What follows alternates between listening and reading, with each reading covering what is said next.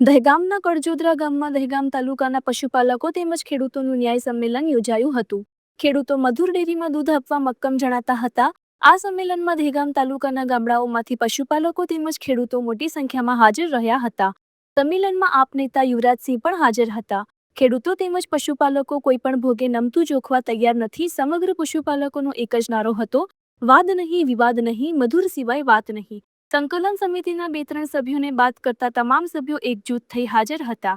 સમગ્ર મામલો સરકાર દ્વારા મધ્યસ્થી કરી સત્વરે પતાવવામાં નહીં આવે તો આવનારી સ્થાનિક સ્વરાજની ચૂંટણીઓમાં ભારતીય જનતા પાર્ટીને મોટું નુકસાન થશે તેવું સ્થાનિક લોકોનું કહેવું છે। વર્ષની અંદર આપણું આંદોલન સમેટાઈ જશે, આપણી વાત સંભળાશે અને આજે 19 દિવસ થયા છતાં પણ આપણને ન્યાય નથી મળ્યો। ત્યારે જઈને આપણે દહેગામ પશુપાલક સમિતિ દ્વારા મહાસંમેલનનું આયોજન કરવામાં આવ્યું છે। મિત્રો, અને આ સંમેલનની વાત કરું તો સૌથી પહેલા આવેદનો આપ્યા, આવેદનો પત્રો આપ્યા, આજીજી કરી, સરકાર અને સત્તાધીશો સુધી મળવાની કોશિશ કરી, પણ શરમની વાત એ છે સાહેબ, સાંભળજો, શરમની વાત એ છે કે આ બેરી સરકારે, આ મોહનથી ચાલતી સરકારે સાહેબ આપણને સંકલન સમિતિને બોલાયા પણ નથી કે આવો તમારો પ્રશ્ન સોલ્વ કરીએ। એટલે શરમની વાત છે।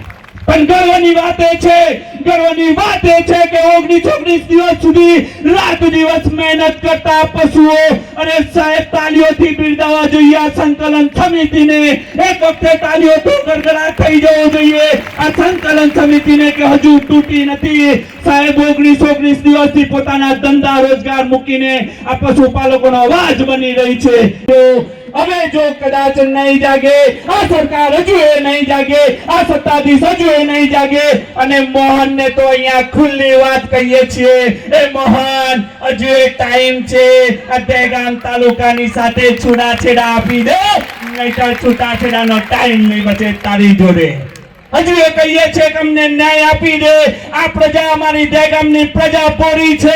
હજુ આવેદનને પરિપત્રોની વાતમાં છે, હજુ આંદોલન શાંતિપૂર્વક કર્યું રહ્યું છે, પણ ક્યાંક ને ક્યાંક જરૂર પડી તો ભગતસિંહનો માર્ગ પણ અપનાવવા તૈયાર રહેશે, કેમ કે અમારા પશુપાલકોનો અવાજ દબાવવાની વાત છે। મિત્રો,